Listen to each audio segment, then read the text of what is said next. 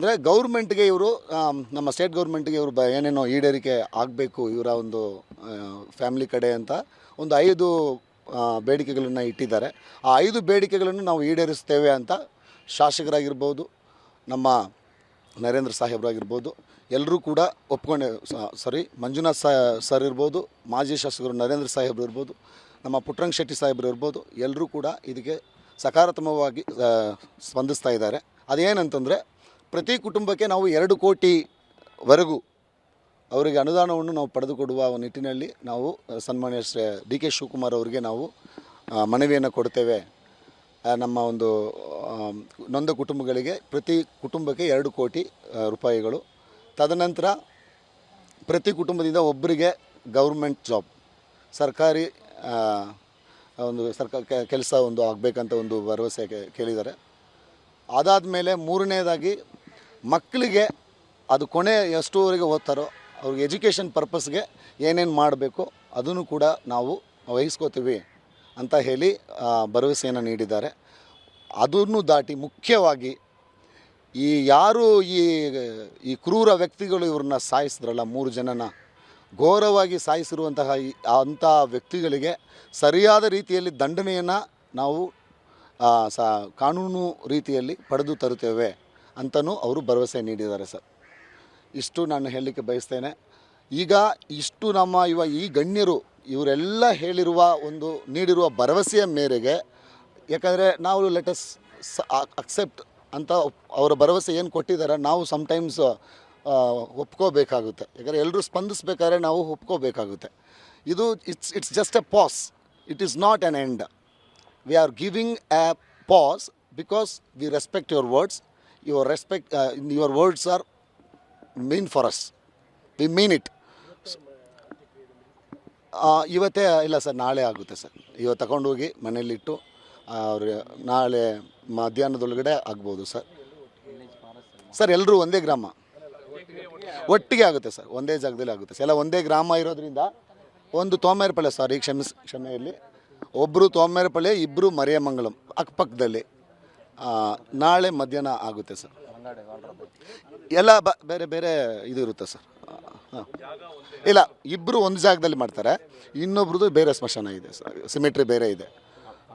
ಈಗ ನಾವು ಆ ಫಾರೆಸ್ಟ್ ಅಂಚಿನಲ್ಲಿ ಇದ್ದು ನಮ್ಮದು ಟೆರಿಟರಿಲ್ಲ ನಿಮಗೆ ಗೊತ್ತಿದೆ ಸರ್. ನಮ್ಮ ಅಣೂರು ಕಾನ್ಸ್ಟಿಟ್ಯೂನ್ಸಲ್ಲಿ ಮ್ಯಾಕ್ಸಿಮಮ್ ಫಾರೆಸ್ಟ್ ಇರೋದು ಅರಣ್ಯ ಪ್ರದೇಶ. ನಾವೆಲ್ಲ ಅರಣ್ಯವನ್ನು ನಂಬಿ ಬೆಳೆದವರು. ಅಲ್ಲಿ ನಾವು ವ್ಯವಸಾಯ, ಅದು ಪದೇ ಹೇಳೋಕ್ಕೆ ಇಷ್ಟಪಡ್ತೀನಿ, ವ್ಯವಸಾಯ ನಂಬಿ ಪ್ಲಸ್ಸು ದನಕರುಗಳು ಇರ್ಬೋದು, ಆ ಆಡು ಕುರಿಮರಿ ಬೆಳೆಸಿ ನಾವು ಸಾಕಿ ಹೋಗಿ ಬೆಳೆದು ಬಂದವರು ಇಷ್ಟು ದಿನ. ಈಗ ಈ ಫಾರೆಸ್ಟ್ ಡಿಪಾರ್ಟ್ಮೆಂಟ್ ಏನು ಇವಾಗ ಈ ರಿಸರ್ವ್ ಫಾರೆಸ್ಟು ಅನೌನ್ಸ್ ಆದಮೇಲೆ ನಮಗೆ ಅಲ್ಲಿ ಒಂದು ಕ್ಷಮೆ ಇರಲಿ, ನಾವು ಈವನ್ 1 or 2 ಮಾಡೋ ಕೂಡ ಅಲ್ಲಿ ಒಳಗಡೆ ಹೋಗೋಕ್ಕೆ ನಮಗೆ ಉಸಿರು ಕಟ್ಟುತ್ತೆ ಸರ್. ಯಾಕಂತಂದರೆ ಅಷ್ಟೊಂದು ಅವರು ರೆಸ್ಟ್ರಿಕ್ಷನ್ ಮಾಡ್ತಾರೆ. ಏನೋ ಇದು ಬಾರ್ಡರಲ್ಲಿ ಕೂಡ ಇರೋಲ್ಲ, ಪಾಕಿಸ್ತಾನ ಬಾರ್ಡ್ರಲ್ಲಿ ಕೂಡ ಇರೋಲ್ಲ ಸರ್. ಈ ರಿಸರ್ವ್ ಫಾರೆಸ್ಟಲ್ಲಿ ಇಲ್ಲಿ ನನ್ನ ಕಡೆ ಅಂತ ಮಾತ್ರ ಇಲ್ಲ ಸರ್, ಬೇರೆ ಎಲ್ಲ ಕಡೆಯೂ ಇದೆ ಸರ್.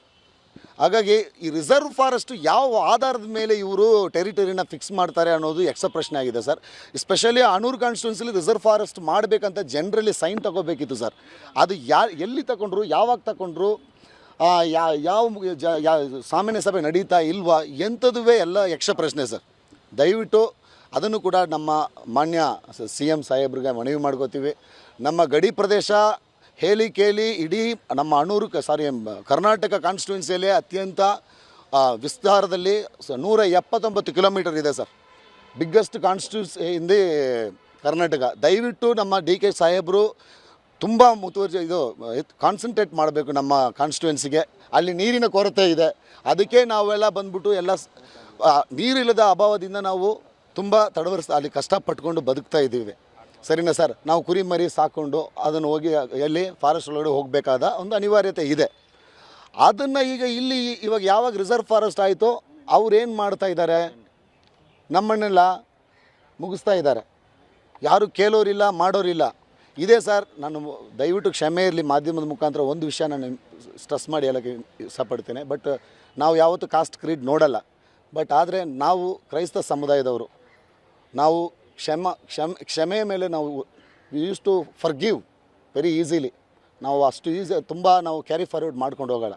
ಆದರೆ ತಪ್ಪಿತಸ್ಥರಿಗೆ ನಿಮ್ಮ ಸರ್ಕಾರದ ಮುಖಾಂತರ ಖಂಡಿತವಾಗಲೂ ನಮಗೆ ಒಂದು ಉತ್ತಮವಾದ ರೀತಿಯಲ್ಲಿ ಅವರಿಗೆ ಶಿಕ್ಷೆ ಆಗಬೇಕನ್ನೋ ಒಂದು ನಮ್ಮೆಲ್ಲರ ಒಂದು ಅಭಿಪ್ರಾಯ ಇದೆ ಸರ್.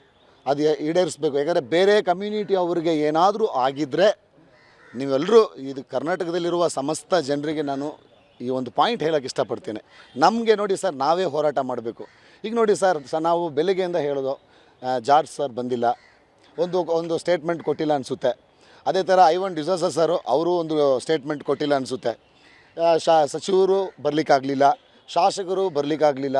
ಎಲ್ಲ ನಾವೇ ನಿಂತು ಇಲ್ಲ ಎಲ್ಲ ಫೋನ್ ಮುಖಾಂತರನೇ ಇಲ್ಲಿ ಎಲ್ಲ ಕೆಲಸಗಳು ಆಗ್ತಾ ಇದೆ ವಿನಃ ಯಾರು ಖುದ್ದಾಗಿ ಬಂದು ಇಲ್ಲಿ ನಮಗೆ ಒಂದು ಸಾಂತ್ವನವನ್ನು ಹೇಳುವಂತಹ ಒಂದು ಪರಿಸ್ಥಿತಿಯಲ್ಲಿ ಮೈಂಡ್ಸೆಟ್ಟಲ್ಲಿ ಯಾರೂ ಇಲ್ಲ. ಹಾಗಾಗಿ ಒಂದು ಮಾತ್ರ ನಾವು ಹೇಳೋಕ್ಕೆ ಇಷ್ಟಪಡ್ತೀನಿ ಸರ್, ಇದು ಬಂದ್ಬಿಟ್ಟು we are giving A pass, it is not an end. ಅಲ್ಲಿ ನಾವು 16,000 ವೋಟರ್ಸ್ ಇದ್ದೀವಿ ಸರ್. ನಮಗೆ ಇಂಥ ಒಬ್ಬ ಲೀಡರ್ಸ್ ಯಾರು ಬಂದು ಅಲ್ಲಿ ಇದು ಮಾಡಬೇಕು. ನಮ್ಮ ಬರೀ they use it for voting, not for anything else. ಈಗ ನಮ್ಗೆ ನಾವು ಎಲ್ಲಿ ಅಂತ ಹೋಗಿ ಕೇಳೋದು ಸರ್? ಈಗ ನಾವು ಸ್ವಲ್ಪ ರೈಸ್ ಮಾಡಿದ್ರೆ ನಮ್ಮ ಮೇಲೆ ಕೇಸ್ ಹಾಕ್ತಾರೆ. ನಮ್ಮಲ್ಲಿ 4 ಜನ ಎತ್ಕೊಂಡು ಹೋಗಿ ಸ್ಟೇಷನಲ್ಲಿ ಇಟ್ಕೋತಾರೆ, ಟಾರ್ಗೆಟ್ ಮಾಡ್ತಾರೆ ನಮ್ಮನ್ನು. ಇದೆಲ್ಲ ಆಗ್ತಾಯಿದೆ ಸರ್. ಇದು ನಮ್ಮ ಸನ್ಮಾನ್ಯ ಶ್ರೀ ಡಿ ಕೆ ಸಾಹೇಬ್ರಿಗೆ ನಾವು ಒಂದೇ ಒಂದು ಬೇಡಿಕೆ ಇಡ್ತಾ ಇದ್ದೀನಿ. ದಯವಿಟ್ಟು ಖುದ್ದಾಗಿ ನೀವು ನಮ್ಮ ಅಣೂರು ಕ್ಷೇತ್ರಕ್ಕೆ ಬರಬೇಕು. 1-2-3 ದಿವಸ ಅಲ್ಲೇ ನೀವು ಸ್ಟೇ ಆಗಬೇಕು. ಸ್ಟೇ ಆದಮೇಲೆ ನಮ್ಮ ಕಷ್ಟ ಎಷ್ಟು ಇದೆ ಅಂತ ನಿಮಗೆ ಅರ್ಥ ಆಗುತ್ತೆ ಸರ್. ನೀವು ಬಂದು ಅಲ್ಲಿ ನೋಡಬೇಕು.